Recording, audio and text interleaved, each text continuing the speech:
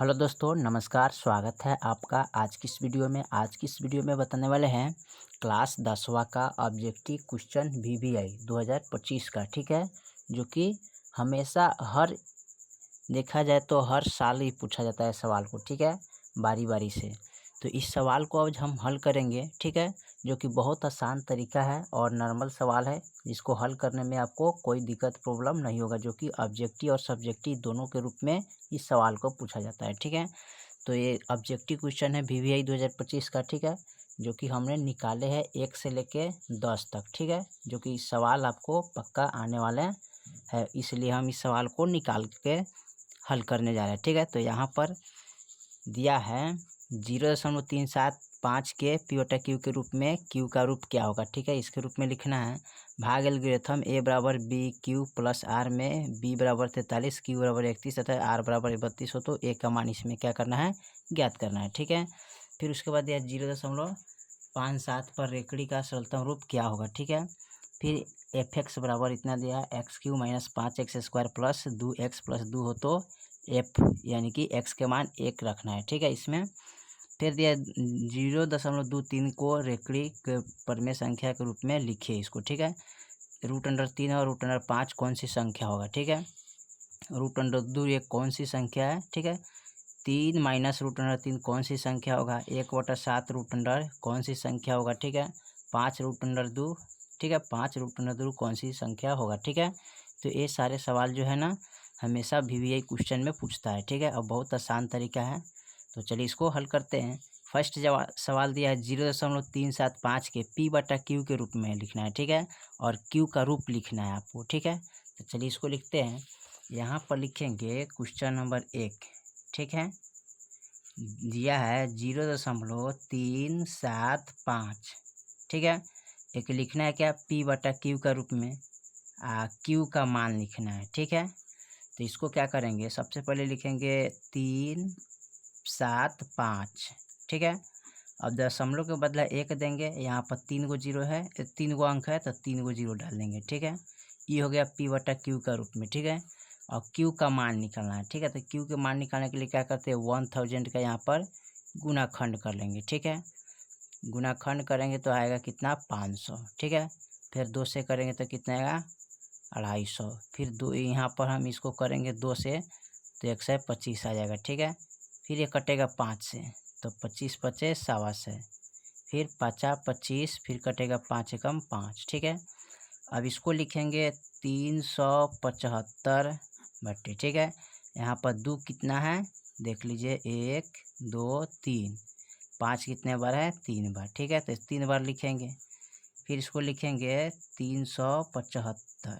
ठीक है, बट्टा यानी कि 3 के दो, यहाँ पर 2 कितना है, 2 बार 2 बार 3 बार है 2, तो 2 लिखेंगे 1 बार, और पावर कितना है, 3 बार। तो इसको इसका संख्या कितना है, 3, तो पावर लिखेंगे 3 गुने, यहाँ पर देखिए 5 कितने बार है, 3 बार, तो 5 लिखेंगे, पावर कितना इसके लिखेंगे, 3 लिखेंगे। ठीक है, यही रूप में लिखने के लिए इसको कह रहा है। ठीक है, क्यू का मान यानी कि 2 के पावर 3 गुने 5 के पावर 3, ये आपका फाइनल आंसर हो जाएगा। ठीक है, चलिए क्वेश्चन नंबर 2 में देखते हैं।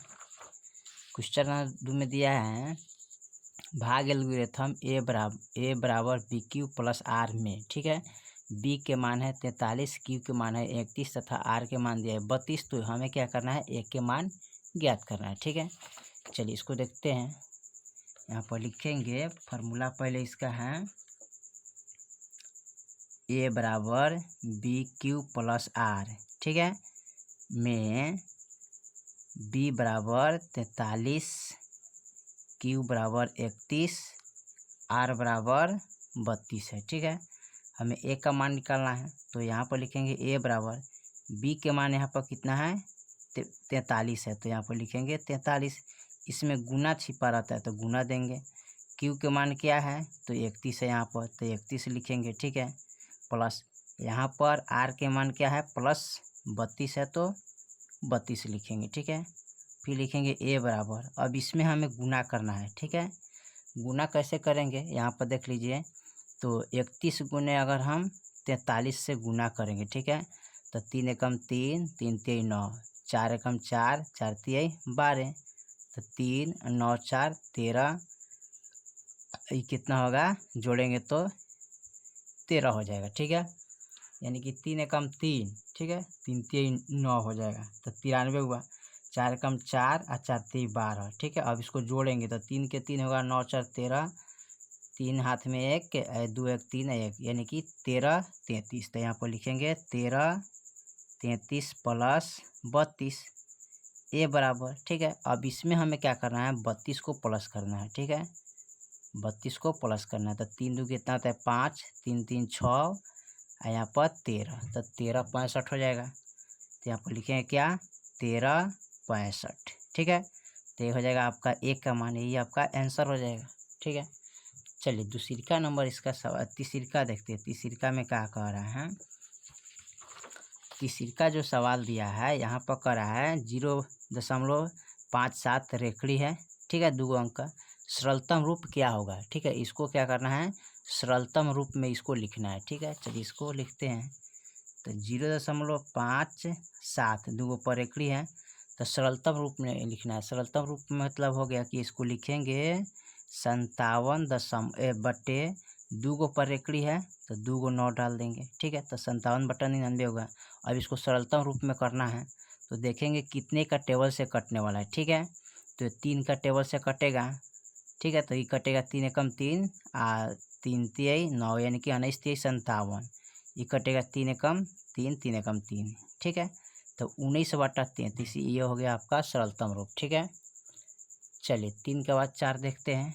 क्वेश्चन नंबर 4 में क्या कह रहा है, 4 में जो दिया है f(x) का मान, ठीक है, यानी कि जहाँ जहाँ x होगा यहाँ पर दिया है f(x) के जगह पर हमें क्या रखना है 1।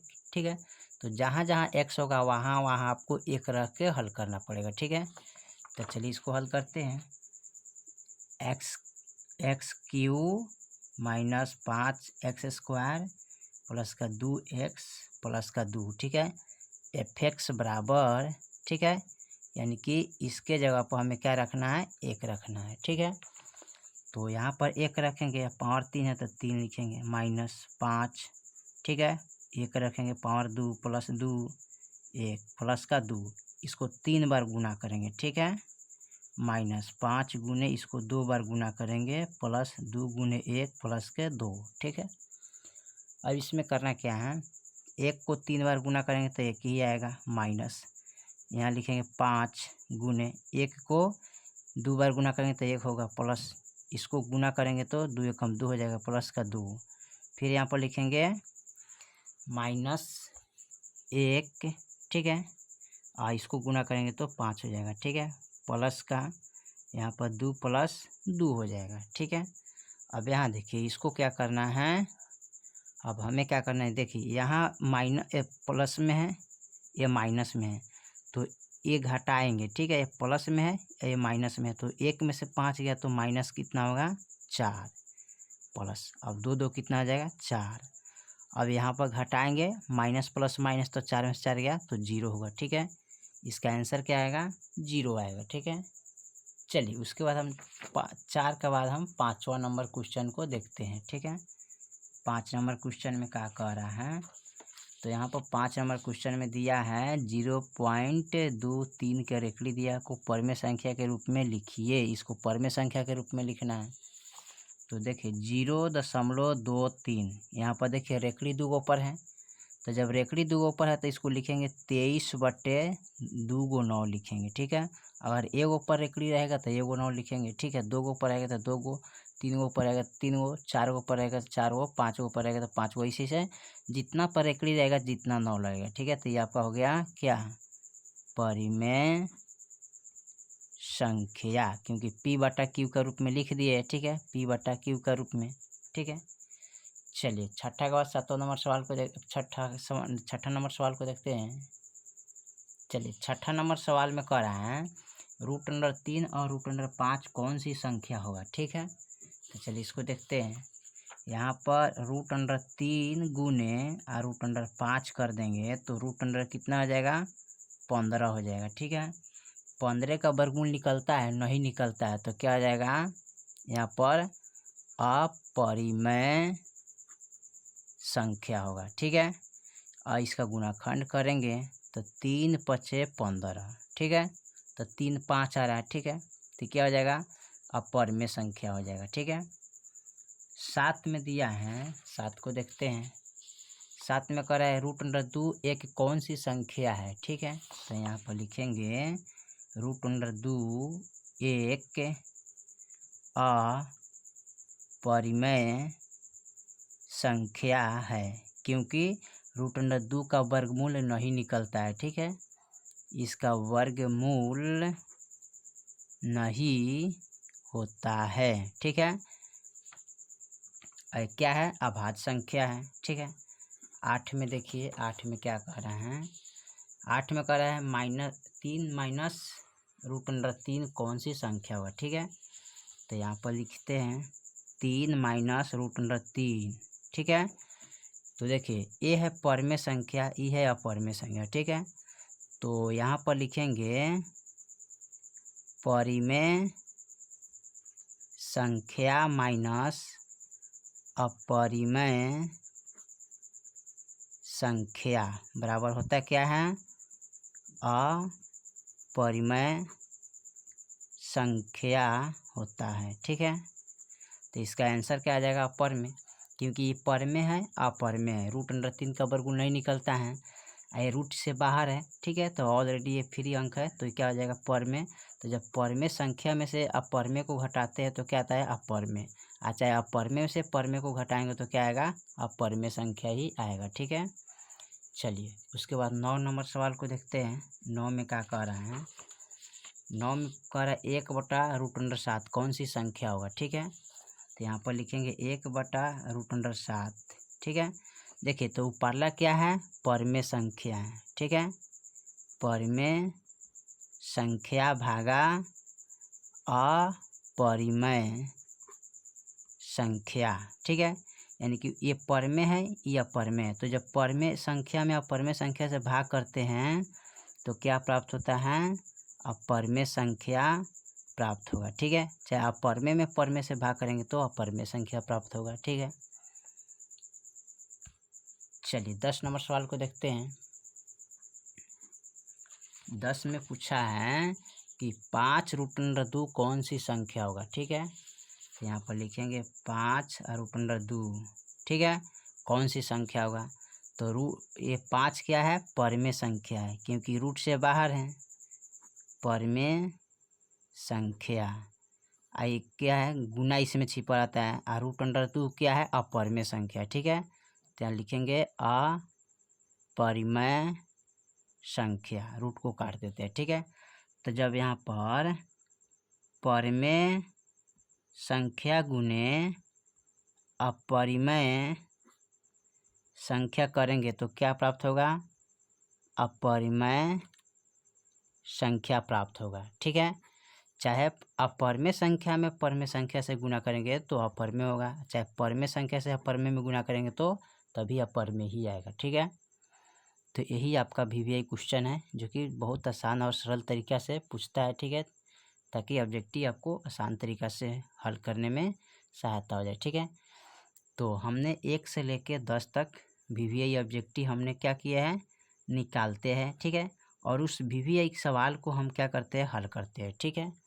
हमेशा आपको VVI क्वेश्चन हम हल करने के लिए हल करेंगे, ठीक है। इस हर क्वेश्चन को हल करने का मतलब यही होता है कि जितना आपका ऑब्जेक्टिव आएगा पूरा क्या हो जाएगा, कंप्लीट रहेगा। इसलिए हम VVI क्वेश्चन को हल करते हैं, निकाल के गेस करते हैं, ठीक है। तो चलिए फिर मिलते हैं अगले वीडियो में, तब तक लिए जय हिंद जय भारत।